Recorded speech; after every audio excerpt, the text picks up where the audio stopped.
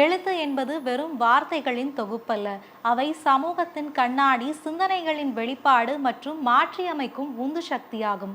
தங்களது எழுத்துக்களின் மூலம் மனிதநேயம், வரலாறு, வாழ்வியல் சிந்தனைகள் ஆகியவற்றை வாசகர்களிடம் கடத்தும் எழுத்தாளர்களை காட்சிப்படுத்தக்கூடிய நிகழ்ச்சிதான் இது. மக்கள் வணக்கம், இது சன்னலுக்கு வெளியே.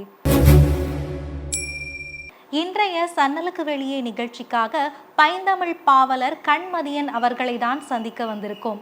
இவர் தனது எழுத்துக்களின் வழியே பல சாதனைகளை படைத்துள்ளார். குறிப்பாக இவரது படைப்பு பயணம், இவர் எழுத்துலகிற்கு வந்த அனுபவங்கள் மற்றும் இவரது இலக்கிய பணி மற்றும் சமூக சீர்திருத்த பணிகள் ஆகியவற்றை இவரிடமே கேட்டு கலந்துரையாடி தெரிந்து கொள்ள உள்ளோம். சரி, வாருங்கள் நிகழ்ச்சிக்குள் செல்லலாம்.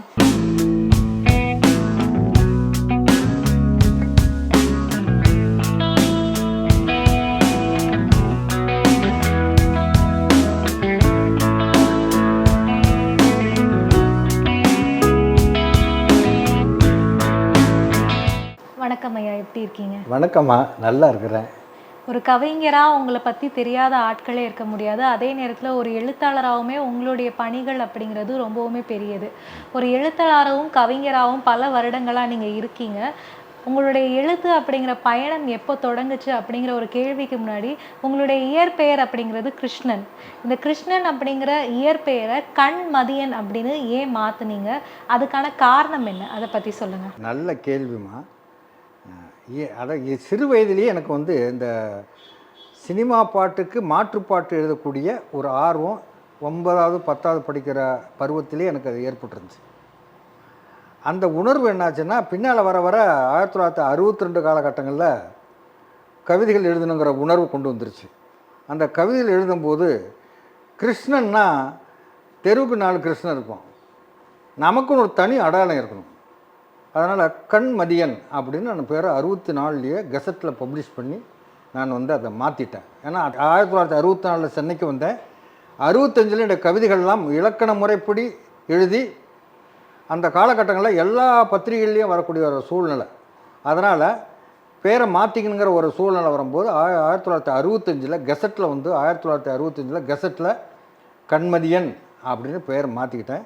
அது என்ன காரணம்னா, அதை நம்முடைய நிலவுடைய பார்வையில் ஜாதி, மதம், குடிசை, மாளிகைங்கிற வேறுபாடு கிடையாது. அது ஒளி கொடுக்கறதில்ல, எல்லாருக்கும் சமமாக தான் ஒளி கொடுக்குது.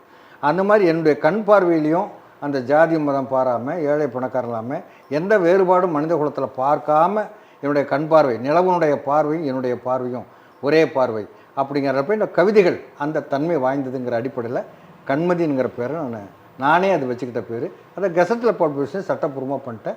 அது எல்லா ரெக்கார்ட்லேயும் இப்போ கண்மதின்னு தான் வருது.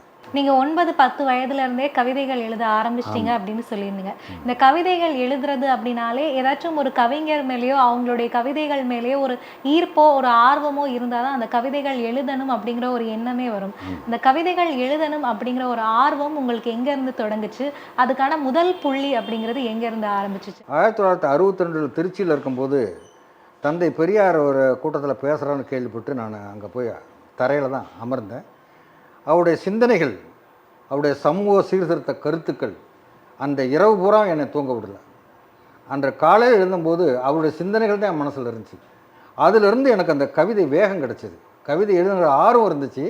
ஏதோ தமிழை பற்றி அப்படி இப்படி எழுதிக்கிட்டு இருந்தேன். ஆனால் சமூக சிந்தனைகள்ங்கிறது பெரியாருடைய பேச்சை கேட்ட ஒரு பாட்டு தான் எனக்கு அன்று இரவு பூராவும் அவருடைய அந்த அந்த உணர்வுகளே மேந்த தூக்கமே வரல.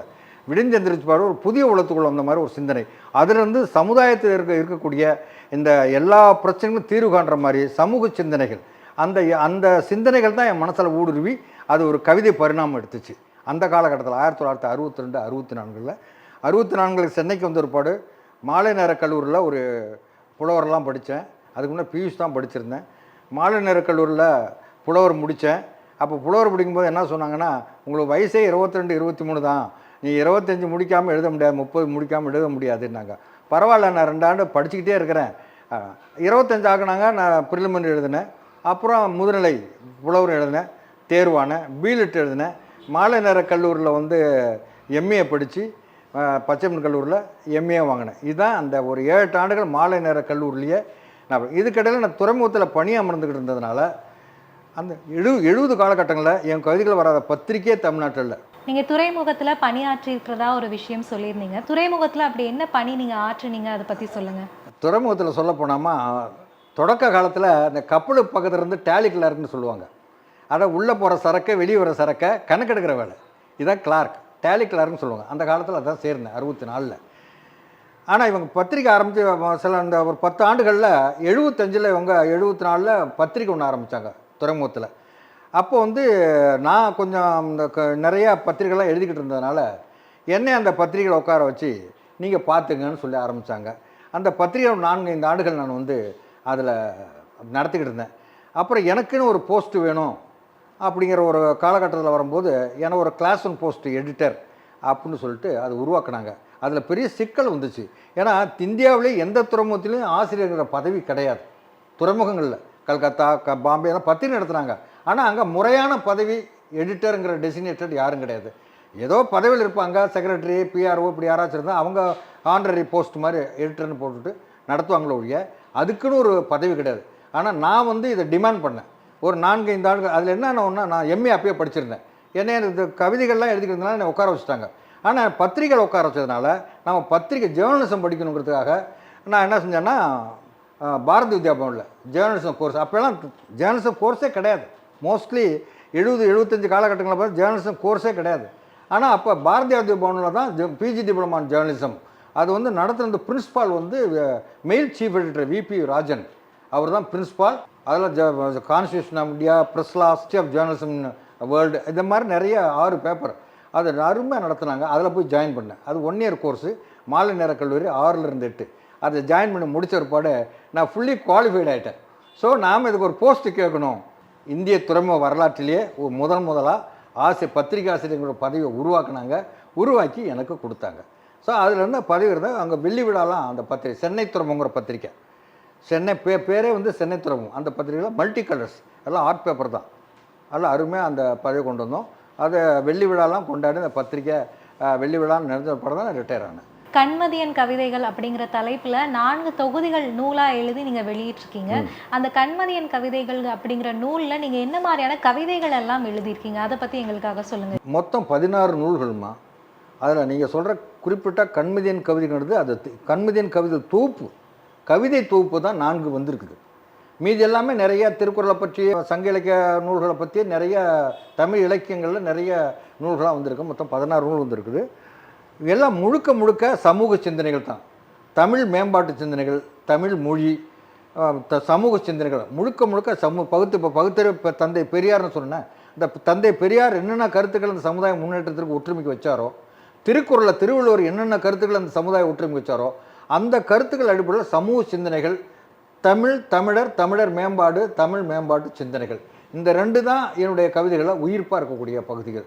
கண்மதியன் கவிதைகள் அந்த தலைப்பில் இருக்கக்கூடிய ஏதாச்சும் உங்களோட மனசுக்கு நெருக்கமான ஏதாச்சும் ஒரு கவிதை எங்களுக்காக சொல்ல முடியுமா ஐயா? அதாவது என்னுடைய கவிதைகள் எல்லாமே 100க்கு 100 எல்லாம் சமூக சிந்தனைகள் தான். எதை எடுக்கிறது எதை விடுறதுங்கிறதே கிடையாது. இன்றைய சமுதாயத்தில் இருக்கக்கூடிய எல்லா சிந்தனைகளுக்கும், அப்பப்போ எழக்கூடிய எல்லா சிந்தனைகளுக்கும் அதை விடை கொன்ற மாதிரி தான் பதில்கள் இருக்கும். பொதுவாக என்னுடைய கவினுடைய தன்மை பற்றி சொல்லிட்டு அதிலே நீங்கள் புரிஞ்சுக்கலாம். வளையாத வானமாய், தலை வணங்காத இமயமாய், வளையாத வானமாய், தலை வணங்காத இமயமாய், வாழ்பவன் நானடா, தமிழே வாழ்வின் தூணடா. எழுந்து நடந்தாலும் மண்ணில் விழுந்து கிடந்தாலும் மூச்சும் தமிழடா, நாவின் பேச்சும் தமிழடா. தலைவி மறுத்தாலும் பெற்ற தனையன் வெறுத்தாலும் தமிழை மறந்திடேன், உயிர் தமிழை பிரிந்திடேன். தலையே போனாலும் இந்த தரையில் புதைந்தாலும் வீருடன் வேள்வேன், தமிழ் வேருடன் முளைப்பேன். இந்த தமிழும் சமூக பற்றும் தான் என்னுடைய கவினுடைய ஆணிவேர். ஸோ இதில் வந்து எந்த துறை எடுத்தாலும் நான் எழுதாத கவிதைகளே கிடையாது. இன்றைக்கி இவர் பனகல் பார்க்கில் பனகல் அரசர் இருக்கார். அவர் தான் முதல்ல வந்து டாக்டர் படிக்கிறதுக்கு சமஸ்கிருதம் தேவையில்லை, அது இருக்கிறதுனால தான் ஒரு குறிப்பிட்ட இனத்தார் மட்டும் படிக்கிறாங்க டாக்டரை. அந்த சமஸ்கிருதம் எடுத்தால் எல்லா இனத்தாரும் வந்து படிப்பாங்கிறதுக்காக அந்த பனகல் அரசர் நீதி கட்சி ஆட்சியில் அவர் தான் அந்த சமஸ்கிருதத்தை எடுத்தார். எல்லா இன மக்களும் மருத்துவ படிக்கிறதுக்கு வந்தாங்க. அதை பற்றி கூட எழுதியிருக்கிறேன். நீதி கட்சியினுடைய வரலாறை பற்றி எழுதியிருக்கிறேன். நீதி கட்சி ஆட்சியில் பெண்களுக்கு ஓட்டுரிமை கொடுத்ததே நீதி கட்சியில் தானே. 1926 பெண் யாருக்கும் இந்தியாவில் எந்த மாநிலத்திலையும் பெண்களுக்கு ஓட்டுரிமை கொடுக்கல. எல்லா ஆண்கள் தான் ஓட்டு போட்டுக்கிட்டு இருந்தாங்க. பெரியார் நீதி கட்சியில் தான் பெண்களுக்கு முதல் ஓட்டுரிமை கொடுத்த கட்சி இதுதான். அதே மாதிரி பெண்களுக்கு சொத்துரிமை கொடுத்த கட்சி இதுதான். எல்லாம் பெரியார் சிந்தனைகள் தான். அந்த பெரியார் சிந்தனைகள் எழுதினா தான் நமக்கு கவிதையில் வேகமே வரும். ஏன்னா ஒரு சமத்துவம், அது எல்லாருக்கும் எல்லாம் கிடைக்கணும் அப்படிங்கிற அடிப்படையில் எல்லா வகையிலும் அந்த கவிதைகள் பண்ணிடுறோம். அந்த அடிப்படையில் எனக்கு கூட ஒரு கவிதையில் கவிச்சிங்கம்னு பட்டம் கொடுத்தாங்க. நீங்க திருக்குறள் சார்ந்து பல நூல்களை எழுதியிருக்கீங்க. உதாரணமா குறள் அமுதம் அப்படிங்கிற நூல் எழுதியிருக்கீங்க. அதே நேரத்துல உலக நூல் திருக்குறள் பொதுமுறை அப்படிங்கிற ஒரு நூலும் எழுதியிருக்கீங்க. இந்த நூல்கள் எல்லாம் எதை சார்ந்து, இந்த விஷயங்கள் எல்லாம், இந்த கருத்துக்கள் எல்லாம் சொல்லியிருக்கீங்க இந்த நூல்கள்ல? அதாவது நான் படித்தது திருவள்ளூர் தமிழ் கல்லூரி, புலவர் கல்லூரி. அந்த திருவள்ளூர் தமிழ் கல்லூரி படிக்கும்போது தான் எனக்கு இந்த உணர்வுகள் ரொம்ப அதிகமாக ஏற்படுது. திருக்குறளை படிக்கணுங்கிற உணர்வு பிடிச்சி 1976 ஒவ்வொரு நல்லா திருக்குறள் முழுமையாக படித்த ஒருபாடு ஒவ்வொரு அதிகார கருத்துக்களையும் ஒரு வெண்பால் எழுதி எளிமையாக கொடுக்கணும், சுருக்கமாக குடிக்கணும் அப்படிங்கிற அடிப்படையில் 1976 குறளமுதம்ங்கிற ஒரு நூல். அப்போ தான் வள்ளுவர் கோட்டம் திறந்த காலகட்டது. அதனால் அந்த திருக்குறள் நூலை அந்த வள்ளுவர் கோட்டத்தில் இருக்கிற திருவள்ளுவர் சிலையை முகப்பு அட்டையாக போட்டு அந்த நூலை நான் எழுதி முடித்தேன். அதை மாப்போசி தலைமை கண்ணதாசன் கண்மதியின் கவிதைகள் 2ஆம் தொகுதி நூல் வெளியிடுறாரு.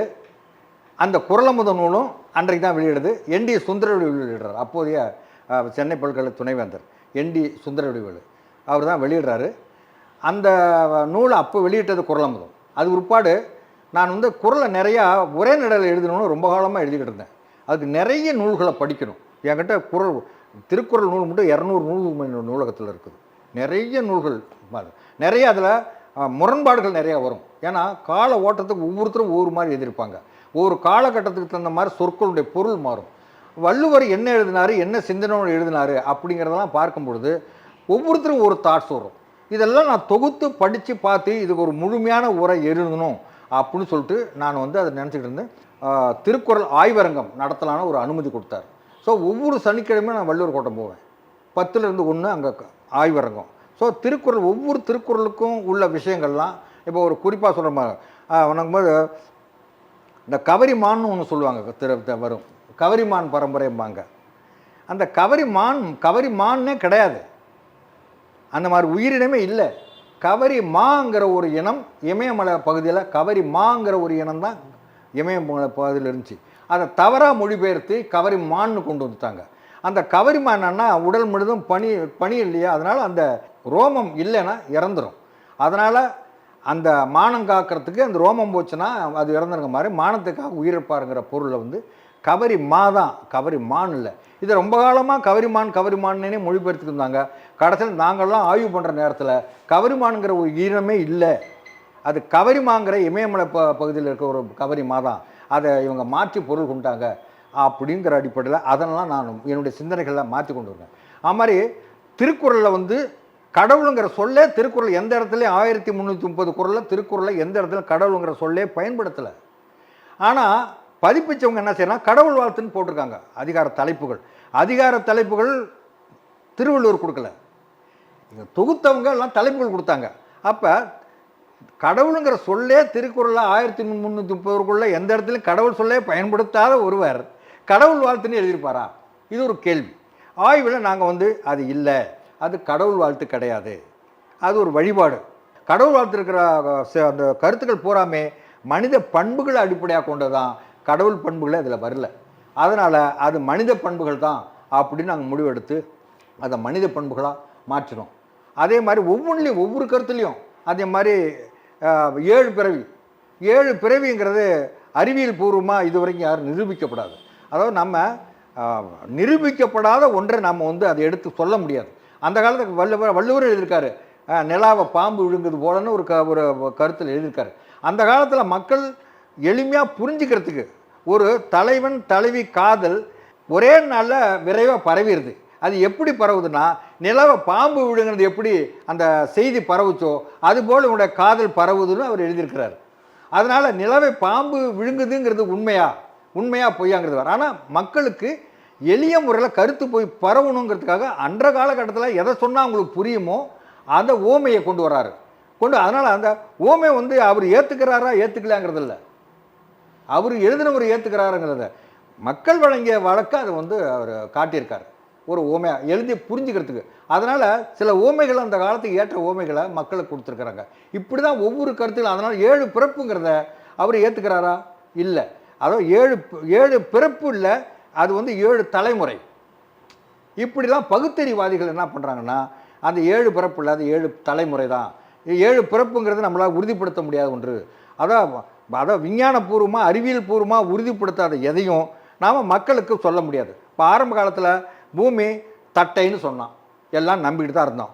உருண்டைன்னு சொன்னவுடனே நம்ம நாடு கடத்தணும். தட்டை தாண்டா உருண்டேன்னு ஏன் சொல்கிறேன்னு சொல்லி உருண்டேன்னு சொன்ன விஞ்ஞானியை நம்ம நாடு கடத்தணும். பின்னால் அது உருண்டேன்னு நிரூபித்தாச்சு.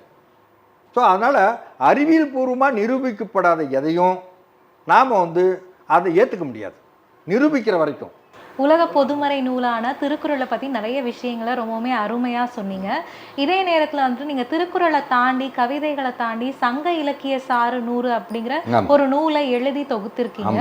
இந்த சங்க இலக்கிய சாறு 100 அப்படிங்கிற இந்த நூலில் நீங்கள் எந்த மாதிரியான விஷயங்கள் எல்லாம் சொல்லியிருக்கீங்க? அருமையான கேள்விமா. அதாவது நான் வந்து கண்மணி கவிதைகள் 3ஆம் தொகுப்புன்னு ஒன்று வெளியிட்டேன். அந்த நூல் வெளியிடும்போது சங்க இலக்கியங்களில் ஒரு இணை மான் வெயிலில் வாடுது, இன்னொரு மான் பெண்மான் வந்து அது வெயில் தாங்காமல் அது தடுமாறுது. அந்த மான் என்ன செய்யுதுன்னா வெயில் வர திசையில் நின்று ஆண்மான் நின்று பெண்மானை காப்பாற்றுது. இது ஒரு சங்க இலக்கியத்தில் ஒரு கவிதை.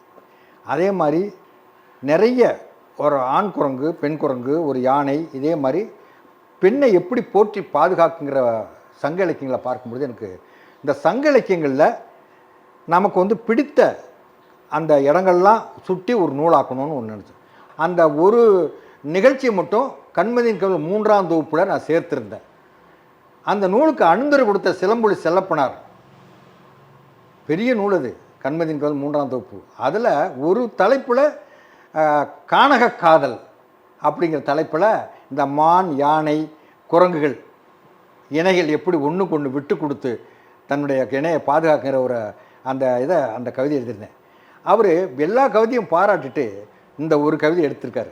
இவர் சங்க இலக்கியங்களில் இருக்கக்கூடிய இந்த மாதிரி சிறந்த இதெல்லாம் எடுத்து ஒரு நூலாகவே எழுதலாம்னா அவர் அணுதுரை எழுதியிருக்காரு.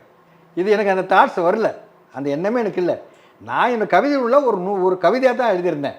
ஆனால் அவர் படித்து பார்த்துட்டு இதே மாதிரி சங்க இலக்கியத்தில் இருந்த சிறந்த ஒரு இதெல்லாம் எடுத்து நீங்கள் நூலாகவே போடலாமே அப்படின்னு சொல்லி அவர் வந்து அந்த அணிந்துரையில் குறிப்பிட்டிருந்தார். இதை பார்த்த ஒருபாடு நான் உடனே சங்க இலக்கியங்களில் எங்கெங்கே சிறந்த படைப்புகள் இருக்குதோ இந்த மாதிரி நெஞ்சை கவரக்கூடிய அதை சங்க இலக்கிய சாறு அந்த சாற்றை பிழிஞ்சு சங்க இலக்கியங்களில் சுவையான ஒரு கவிதைகளுடைய சாற்றை பிழிஞ்சு 100 கவிதைகளாக துவைத்து அவருக்கே அந்த நூலை நான் படைத்தேன். நீங்கள் இதுவரைக்கும் 50க்கும் மேற்பட்ட விருதுகள் வாங்கியிருக்கீங்க. அதே நேரத்தில் ஒவ்வொரு நூலுக்குமே கண்டிப்பாக பாராட்டுகளும் வாங்கியிருப்பீங்க. இந்த 50க்கும் மேற்பட்ட விருதுகளில் குறிப்பாக வந்துட்டு திருக்குறள் சார்ந்து உங்களுக்கு நிறைய விருதுகள் கிடைச்சிருக்கு. அதை நீங்கள் எப்படி நினைக்கிறீங்க? திருக்குறளும் எனது நெடும்பயண தொண்டும் 60 ஆண்டு பணிகள்ங்கிறது சாதாரண பணி கிடையாது. நான் என்னென்ன துறையில் என்னென்ன பணிகள் பண்ணாலும் திருக்குறளை நான் உள்ள நுழைக்காமல் இருக்க மாட்டேன். கவிதை நூலாக இருந்தாலும் சரி, கட்டுரையாக இருந்தாலும் சரி, அல்லது துறைமுகத்தில் பணியில் இருக்கும்போது துறைமுக பத்திரிகையாக இருந்தாலும் சரி, எந்தெந்த வகையெல்லாம் திருக்குறளை வந்து மேலே கொண்டு வரணுமோ அதெல்லாம் எல்லா நிலையும் கொண்டு வந்தேன். ஒவ்வொரு நூலும் வந்து எனக்கு வந்து மிகப்பெரிய ஒரு ஊக்கத்தை கொடுத்துச்சு. ஏன்னா திருக்குறள் போல் ஒரு நூலை நீங்கள் உலகத்தில் பார்க்கவே முடியாது. அவர் பொதுமையின் உலக பொது நூல். அது 2 வரியில் எழுதினேன், திருப்தி ஆகலை. 1 வரியில் கொண்டு வந்தேன், திருப்தி ஆகலை. 1 வரி தமிழ் ஆங்கிலம் கொண்டு வந்தேன், திருப்தி ஆகிடுச்சு. அதாவது அந்த நீங்கள் பார்த்தீங்கன்னா ஒவ்வொரு கருத்துமே நீங்கள் பார்த்தீங்கன்னா அதாவது திருக்குறள் முழுமையாக 4 வரி 5 வரி படித்து யாரும் படிக்க மாட்டாங்க. அதை சுருக்கமாக கொடுக்கும்போது அது எல்லாருக்கும், அதாவது இந்த நூலின் அடிப்படை என்னென்னா 1 வரி உரை நூல் ஏன் எழுதுனேன்னாக்கா, ஒருத்தர் எடுத்தானா 2 மணி நேரம் 3 மணி நேரத்தை திருக்குறள் முழுமையாக படித்து முடிச்சிட முடியும். அந்த 1 வரி உரை அந்த அளவு ஒரு கவித்துவத்தோட ஒரு ஆர்வத்தை தூண்டுற மாதிரி, மேலும் மேலும் படிக்கிற மாதிரி. ஒரு 10 பாட்டு படித்த ஒரு பாட்டு உரை 3 வரி 4 வரி இருந்தால் குழம்பும், அதுக்கு மேலே படிக்க மாட்டோம். திருக்குறள் முழுமையாக யாரும் படிக்க மாட்டாங்க. இப்போ நாங்களே புலவர் படிக்கும்போது ஒரு அறத்துப்பாடோ பொருட்பாடோ வச்சா அதை மட்டும் தான் படிப்போம், அதை படிக்க மாட்டோம். அதனால் ஆனால் இது எல்லாருமே எப்படி படிப்பாங்க? படிக்கிற புலவருக்கு படிக்கிறவங்களே படிக்கலைன்னா மற்றவங்க எப்படி படிப்பாங்க? இது எப்படியாவது மக்கள் கையில் கொண்டு போகணுன்னா நாம் வந்து இதை மக்கள் கையில் கொண்டு போக ஒரு வரியில் கொடுத்தா தான் அது எல்லாருக்கிட்டும் போய் சேரும். அது ஒரு வரி தமிழ்லையும் கொடுத்தேன், அதை மறுபடியும் ஆங்கிலத்தில் கொடுத்தேன். உதாரணம் சொல்கிறேன் பாருங்கள். அன்புள்ள உடம்பே உயிர் உள்ளது, அது இல்லா உடம்பு வெறும் கூடு. இந்த உடம்புக்கு அன்பு இருந்தால் தான் உடம்பு, இல்லைன்னா வெறும் கூடு. இதுதான் கருத்து. இதை 4 வரியில் சொல்லும்போது என்ன செய்யணும்? குழப்பிடுவாங்க. அதை அன்புள்ள உடம்பே உயிர் உள்ளது, அது இல்லா உடம்பு வெறும் கூடே. இறப்பு தூங்குவது போன்றது, பிறப்பு தூங்கி விழிப்பது போன்றது. அவ்வளோதான். இப்போ நீங்கள் திருக்குறள் சார்ந்து வாங்கின விருதுகள் பற்றி நிறைய விஷயங்கள் சொன்னீங்க. இதை தாண்டி நீங்கள் வாங்கின விருதுகள், பட்டங்கள், பாராட்டுக்களில் உங்கள் மனசுக்கு ரொம்பவுமே நெருக்கமான விருதுகள், பட்டங்கள், பாராட்டுக்கள்னா என்ன? அதை பற்றி எங்ககிட்ட சொல்லுங்கள். 25 விருதுகளுக்கு ஏறத்தாழ 25 விருதுகள் திருக்குறளுக்கு நான் தொண்டாற்றுறதுக்கு மட்டும் வாங்கியிருக்கிறேன். திருவள்ளுவர் விருது, திருக்குறள் விருதுன்னு 25 விருதுகள் வாங்கியிருக்கிறேன். இந்த கவிச்சிங்கிற பட்டம் ஒன்று, அந்த பட்டத்தில் வந்து கவிச்சிங்கிறதும் தமிழக அரசு விருதும் ரெண்டும் குறிப்பிட்டு சொல்லக்கூடியது. கவிச்சிங்கிற பட்டம் வந்து ஆரம்ப காலத்தில் 1965 பாரதிதாசன் இறந்து 64 இறந்தார். 65 இருக்க 1ஆம் ஆண்டு நினைவுக்கு ஒரு எழிலுங்கிற பத்திரிக்கையில் பாரதிதாசன் முத்திரை கவிதை போட்டின்னு எழுதினாங்க. அந்த பாரதிதாசன் முத்திரை கவிதை போட்டிக்கு நான் ஒரு கவிதை எழுதினேன், சுட்டு பொசிக்கிட வேண்டுமடான்ட்டு. அந்த கவிதை முழுக்க முழுக்க வந்து சாதி அடிப்படையான கவிதை. அந்த கவிதை தேர்ந்தெடுக்கப்பட்டு எனக்கு பாவேந்தர் பாரதிதாசன் பாவேந்தர் பரம்பரை கவிஞர் பட்டத்தை கொடுத்து முத்திரை கவிதையாக தேர்ந்தெடுத்து அது கொடுத்தாங்க. 1972 கணையாழிங்கிற ஒரு இலக்கிய இதழ். அதில் அந்த காலகட்டத்தில் பாரதியாருக்கு மேலே பாரதிதாசன் புகழ் போயிட்டு இருந்துச்சு. நான் சொல்கிறது 1970-72 காலகட்டத்தில் பாரதிதாசன் புகழ் வந்து பாரதியாரை தாண்டி போயிடுறதுனால பாரதிய விசுவாசிகள் என்ன செஞ்சாங்கன்னா, இவருக்கு இவ்வளோ புகழ் போயிட்டுருக்குங்கிறதுக்காக அவரை வந்து கொஞ்சம் மட்டப்படுத்தணுங்கிறதுக்காக கணையாழி பத்திரிகையில் ஒன்று எழுதுகிறாங்க. எப்படி எழுதுகிறாங்கன்னா, பலர் கவிஞர் என ஏற்க மறுக்கும் பாரதிதாசன். இது வாழைப்பழத்தில் ஊசி ஏற்றுற மாதிரி பல பேர் பாரதிதாசனை கவிஞர்னே ஏற்க மறுக்கிறாங்களாம். இப்படி எழுதி ஒரு மட்டுப்படுத்தி அவர் கணையாழிங்கிற பற்றி எழுதுனாங்க. அதை பார்த்துட்டு நான் ஒரு அதுக்கு மறுப்பு கவிதை கவிஞர் பொன்னடியான முல்லைச்சரத்தில் ஒரு மறுப்பு கவிதை எழுதினேன். அது நீண்ட கவிதை. கடைசியில் பழுத்திடா மூட நண்பர் பழுக்க இன்றேல் என்றன் எழுதுகோள் துப்பாக்கி ஆகிடும் எச்சரிக்கை, ஒவ்வொரு எழுத்தும் குண்டுகளாகிடும் எச்சரிக்கை அப்படின்னு எழுதியிருந்தேன். பழுத்திடா மூட நண்பர் பழுக்க இன்றேல் என்றன் எழுதுகோள் துப்பாக்கி ஆகிடும் எச்சரிக்கை, ஒவ்வொரு எழுத்தும் குண்டுகளாகிடும் எச்சரிக்கை அப்படின்னு படிச்சது. இந்த கவிதை அப்போ வந்த நேரம் 1972 நேப்பியர் பூங்காவில் மாதந்தோறும் ஒரு கவியர் நடக்கும். அங்கே நான் அப்போ நான் 1972 அங்கே நான் போயிருக்கிறேன். அப்போ என்னை அறிமுகப்படுத்தும் போது இவர் தான் அந்த கவிதை எழுதினவர்னு சொல்லிட்டு, அதாவது தொடக்க காலம் 72 இவர் தான் அந்த கவிதை எழுதினவர்னு சொல்லுவோம். அப்போ எல்லாரும் கை தட்டி எனக்கு மகிழ்ச்சி ஆரம்பம்னு எழுந்து வந்து சிலர் வந்து கை கொடுத்தாங்க, சிலர்லாம் பாராட்டினாங்க. அதில் ஒருத்தர் பெருங்கவிக்கு வாமு செய்தராமன் இங்கே இருக்கார். அவர் நீண்ட உருவம். இப்போ அரசு கூட அவர் இறந்ததுக்கு அரசு மரியாதை கொடுத்தாங்க. பெருங்கவிக்கு வாமு செய்தராமன் அவர் ஒருத்தர் எழுந்து வரார். என்ன இவர் அவர் எழுந்து மீசை தாடி எல்லாம் பார்த்தா கொஞ்சம் வேகம், அவர் பார்க்கும்போதே கொஞ்சம் பயங்கரமாக தான் இருப்பார். எழுந்து வேகம் வந்தார். இவர் என்ன எதிர்கட்சியாளா அடிக்க வராரோ அப்படின்னு நினச்சிக்கணும். கிட்ட வந்து நீதானாப்பா அந்த கவி சிங்கம் பாணி அப்படின்னு கட்டி பிடிச்சி இந்த வலது கணத்தில் முத்தம் கொடுத்தார். கவிஞர் கண்ணதாசனுடைய கண்மதியங்கள் என்னாந்து வெளியிடும்போது மகாவித்வான் மேவி வேணுகோபால பிள்ளை கையில் கொடுத்து எனக்கு கவிச்சிங்கிற பட்டம் உள்ளே இருக்குது. அந்த விருது இன்னையும் வச்சுருக்கிறேன். 76 கொடுத்து விருதாக மாட்டியிருக்கிறேன். எனக்கு அப்போ தான் அந்த கவிச்சிங்கிற பட்டத்தை அவர் கொடுத்தார் 76. நான் கவிதைகள் எழுதுனதோடு சரி, நூல்கள் போட்டதோடு சரி, எந்த பாடத்த நூலில் சேர்த்தாங்க போனாலும் எனக்கு தெரியாது. 2ஆம் வகுப்பு பாடநூல் இருக்குது, 7ஆம் வகுப்பு பாடநூல் இருக்குது, பிஏ தமிழ் லிட்ரேச்சரில், பிஎட் தமிழ் லிட்ரேச்சரில் என் கவிதைகளை ஆய்வு பண்ணி முனைவர் பட்டம் வாங்கியிருக்கிறாங்க. இதில் என்ன ஒரு இதுன்னா, எப்படி தமிழக அரசு விருது நான் முதல் முறை அப்ளை பண்ணும்போதே முகம் தெரியாமல் எனக்கு வந்து விருது கொடுத்தாங்களோ, அதே போல் இங்கே முரசொலி அடியார்னு ஒருத்தர் இருந்தார். அவர் மேல் வீட்டில் குடியிருந்தார். அவர் மகன் பிஏ படிச்சிருந்தார். திடீர்னு இறங்கி குடியாந்தான் இரவு 9 மணிக்கு. ஐயா உங்கள் கவிதை பிஏ பாடத்தில் இருக்குங்கய்யா, என்கிட்ட சொல்லவே இல்லையே நீங்கள் அப்படின்னாரு. தெரியாதப்பா அப்படின்னா கொண்டா காட்டினார். அடுத்த நாள் இப்போ சென்னை பல்கலைக்கழகத்தில் போய் கேட்டேன். ஆமாங்க அவங்க வச்சு அது 3 ஆண்டுகளாக இருக்குங்களே சிலபஸ்னாரு. எனக்கு தெரியலைங்களே, உங்களுக்கு அனுப்பிச்சிருப்பாங்க, நீங்கள் அப்போ வாடகை வீட்டில் இருந்தேன்னு சொன்னதுனால அப்போ போயிருக்கோம், திரும்பி வந்திருக்கோம் உங்களுக்கு தகவல் கொடுத்துருப்பாங்க, இது இந்த ஆண்டு பீலிட்டில் கூட சேர்த்து வச்சுருக்கோமே அப்படின்னாரு. இப்படி தான் என்னுடைய கவிதைகள் வந்து எனக்கே தெரியாமல் பிஏ பீலிட்டில் வச்சு 3 ஆண்டுகள் கழித்து தான் எனக்கு அது தெரிய வந்துச்சு. அதே மாதிரி 7ஆம் வகுப்பு தமிழில் வந்து என்னோட பையன் எம்ஏ படித்த பெரிய நண்பர் ஃபோன் பண்ணார் மே மாதத்தில். என்ன கவிஞரை, நான் ஒரு கவிதை சொல்கிறேன், அந்த கவிதை யார் இருந்து கொஞ்சம் சொல்லுங்கள் பார்க்கலாம் அப்படின்னாரு. நான் வந்து சரி சொல்லுங்க அண்ணன். அவர் ஒரு கவிதையை சொன்னார். எனக்கு கூட படித்த கவனம் இருக்குது, அது யார் எழுதுனதுங்கிறது கவனம் இல்லையே அப்படின்னு சொன்னேன். நல்லா யோசிச்சு சொல்லுங்கன்னாரு. இல்லைப்பா எனக்கு படித்த கவனம் இருக்கு, நான் யார் எழுதுன்னு தெரியலப்பா அப்படின்னேன். அட ஏங்க, நீங்கள் எழுதின கவிதை தாங்க 7ஆம் வகுப்பு பாடப்புஸ்தகத்தில் இருக்குது. நான் டிபி வந்தேன், திடீர்னு பார்த்தேன் 7ஆம் வகுப்பு புத்தகம் கவிதை இருக்குது. இப்படி தான் என்னோடய கவிதைகள் எனக்கு தெரியாமையே 2ஆம் வகுப்பில் 7ஆம் வகுப்பில் பிஏ பிஎட் பாடத்திட்டங்கள்லாம் என்னோடய கவிதைகள்லாம் எனக்கே தெரியாது. எல்லாம் வச்சு பல ஆண்டுகள் பல மாதங்கள் தான் தெரிய வந்துச்சு. இவ்வளோ நேரம் உங்களுடைய நேரத்தை ஒதுக்கி எங்களுக்காக உங்களுடைய தமிழ் பணி பற்றியும் அதே நேரத்தில் கவிதை மற்றும் திருக்குறள் பணி பற்றியும் ரொம்பவுமே விளக்கமாகவும் அதே நேரத்தில் ரொம்பவுமே பொறுமையாகவும் எங்களுக்காக சொன்னதுக்கு மிக்க நன்றி ஐயா. வணக்கம்மா, மிக்க நன்றி.